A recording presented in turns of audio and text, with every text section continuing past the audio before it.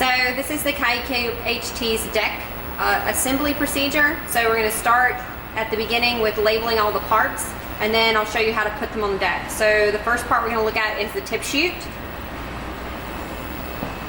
This only goes in one place on the deck. Next on the little layout here is the riser block. The riser block is only going to hold the elution plate up, so this is going to go into the right side of the sink. And if you do notice, it is orientation specific. There's an A1 here and a dog ear. The dog ear should go to the right. Next, beside that is the channeling block adapter, which is these two parts. You have the channeling block itself and the channeling block holder. This is going to go in the left side of the sink. It doesn't matter which orientation you go, as long as when you assemble it, the block actually sits flush on the side. And when you're inserting into the sink, you do have a male in here and there'll be a female in on the deck. Next on the little layout here is the reagent blocks. This is the R position. It only goes in one place. The small trough is to the inside of the instrument. Below that is one that is sometimes used for you guys, and that's going to be the reagent adapter, and this goes in the C1 position on the deck. Then last is the carriage. So the carriage just moves the plate from the left side to the right side of the sink. It always starts on the left side of the sink, so it will be sitting over the channeling block on the deck assembly. So now we're going to take a look at the instrument, and I'm going to place the parts onto the deck. All right, so now I'm just going to transfer the parts onto the deck. We're going to start, I'm going to go in the same order that we talked about them previously. So here's the tip chute. The tip chute has an opening here, a large opening and a small opening. What you want to pay attention to is a little cutout on the bottom. The cutout on the bottom fits over this little bitty deck prop here, and you just slide it on.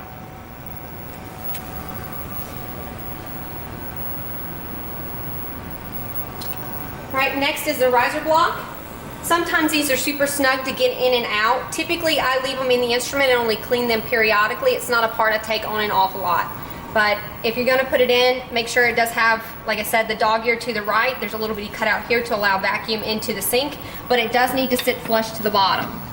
So you do want to make sure it sits down. And if it's super tight, just push it really, really hard and hear till you hear it click, and there's no gap between the side of this and the bottom of the sink.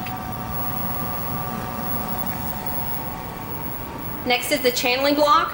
As I had said before, we assembled it such that the block sits into the holder, and now the holder, male end, female end, I'm just going to insert it in. On top of that, it's going to go the carriage. Since we're already back here and I like to load from back to front, what you want to do is put it on over the channeling block adapter and make sure it's all the way to the left. The first reagent block sits in the R position. Like I said, the small trough side goes to the inside. It has three little bitty cutouts here. Don't pay attention to those. I usually will just kind of slide around on the deck till it snaps in.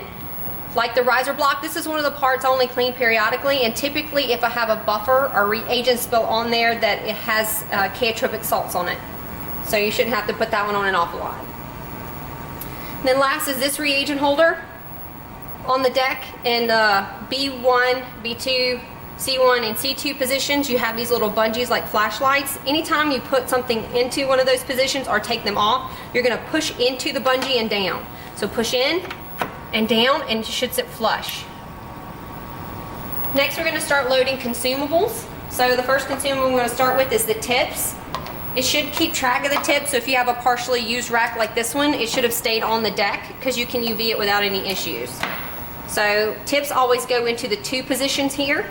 So B1 and B2 and C2. Sorry, I'm going to take the little lids off while we're at it. Now I'm going to load the elution plate. And the elution is the elution microtube rack. Just like the riser block, it has that little dog ear here and the A1 here. So when I drop it in, I like to pinch the tubes like this from the side because it's going to give you better control over the plastics. No worries, they're not going to slide out unless you try to. They fit in pretty snug. So grabbing them across like this, I drop it into the sink. Right? And like the carriage, I make sure it's pushed all the way to the left. Following behind that is the filter plate. So the filter plate should be taped off based on what you're going to be running. So you can see this tape's already been kind of taped off. If you want to get a little close-up look, there's big holes and little holes. You want to make sure you're completely covering the wells, the big holes that you're not going to be running. So here they have columns 9 through 12. So you can see they over tape 9 just a wee bit, which is completely fine. I'd much rather you over tape than to under tape. Okay, so the filter plate itself is going to sit on the carriage. And just like before, you want to make sure it's all the way to the left. So plate to the left, carriage to the left, elution plate to the left. Next, I typically like to load my reagents. Your reagents are going to come in 2 sizes. You have 70 ml troughs and 170 ml troughs. These are the old style without the interlocking lid. So big troughs typically sit here and here. They can also sit here depending on your layout. I will show you both, just so you can say you've seen it all. But just make sure they sit between the little notches and they sit flat. So they should sit flat. If they don't sit flat, it could be a crash problem. If you end up with a deck layout that requires one of the larger troughs to sit into this particular reagent block holder, you want to make sure that they're going to fit between the notches. So a small trough would fit here. Another small trough would fit here, like so. If I'm already off. Okay, there we go. See how it's sitting flat? Should have a little bit of sturdiness to it, but it should sit between the notches. The 170 troughs are the same way. They just take up 2 positions. So that's how that would look. And sometimes you can see you have small troughs neighboring them. You just want to make sure they're separate and in their own little happy spot. Right? Behind that is your S block. S block's typically what your samples start in. You can think of the S instead of square well as it's intended to. You can think about it as sample block. So this typically only goes into the B1 position. So just like with the tips, when you're ready to put the samples on, you're going to gently push into the bungee and down. If you're doing the PCR setup plate, then your PCR plate will fit here. Just make sure that it's completely skirted to sit in that position. So as I was talking about a second ago, PCR plates come in a number of different styles. You have unskirted, half skirts, and full skirts. To go on the QIAcube HT, a full skirt can go directly onto the deck. So if this is your PCR, it just snaps in, go down, and let it sit, all right? That being said, if you have one of these other 2, a half skirt or no skirt, these, to make sure things fit in snugly, require an adapter. This is the PCR plate adapter, and these, much like that one, snap in the same way, only with an adapter. So the adapter and the plate go in, you push, and then it should sit in. Okay, it might require that I change the little dog ear here. So if you run into this situation where it doesn't fit, just remove this. You can pull a little screw out. I'll show you. So it's for here. So this just helps things sit a little bit more snugly. Don't worry about it. And you can pull that out, and now it'll fit fine. Just don't lose these 2 parts. Put them in like a tube beside the instrument.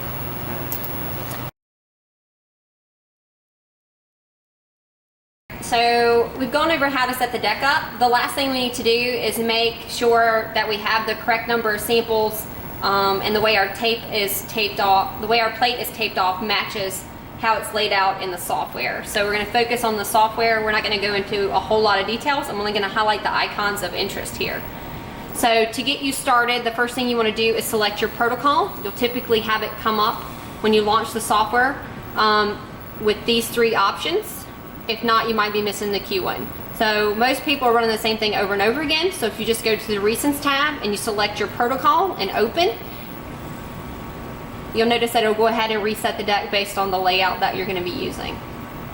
All right.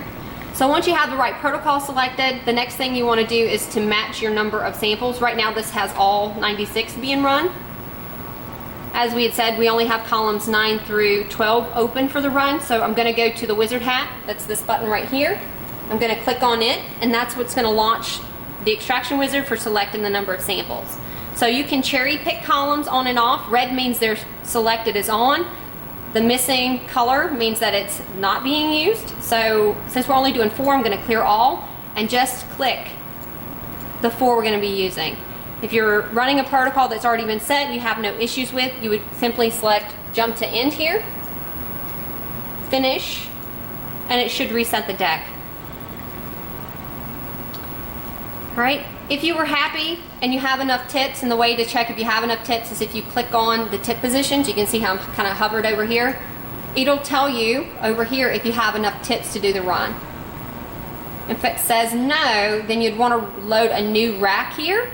You need to do that is you click in here, see how I have the red box around it? That lets me know this position's highlighted. And to change it, I right click in that position, and you'll notice it gives me 6 options. So I can do individual columns or selected tips. That would be just the ones in red here as available or unavailable, or I can do the whole plate. So that would be this whole plate if I was adding a new plate because I needed more tips than what's available. And you usually start with a whole rack, so you could just do the individual rack. And then the last options are all tips on all plates. So if you loaded 2 brand new racks of tips, you would just go ahead and do that one, and it would reset both racks. We're fine, so we're gonna leave that. So the next thing here, if you're ready to run, you would simply press play. And then you have this little checklist. This is our little process safety measure just to make sure you have everything present. So tip chute, empty tip disposal box, check. Troughs are covered with lids and contain enough liquid. Well, we're not really running it right now, so we would click it. All the samples are loaded equal volumes. Lids off tip racks were removed. Dilution plate lid is removed. Filter plate is not damaged. You would have noticed that when you were opening it to put it on the instrument. Unused wells are sealed. We did verify that. And then the waste bottle is half full. So we can take a peek at the waste bottle. You can see it's not quite half full, but so we can probably do this run with no problems. If you have any concerns, if it gets too full, it will pause the run and allow you to empty it and then pick up right where it paused the run. So no worries if you kind of over-guesstimate or under-guesstimate the volume. And then lastly, you would press OK. And there you go. We have the lid inactivated, which is why you can run it with the lid open.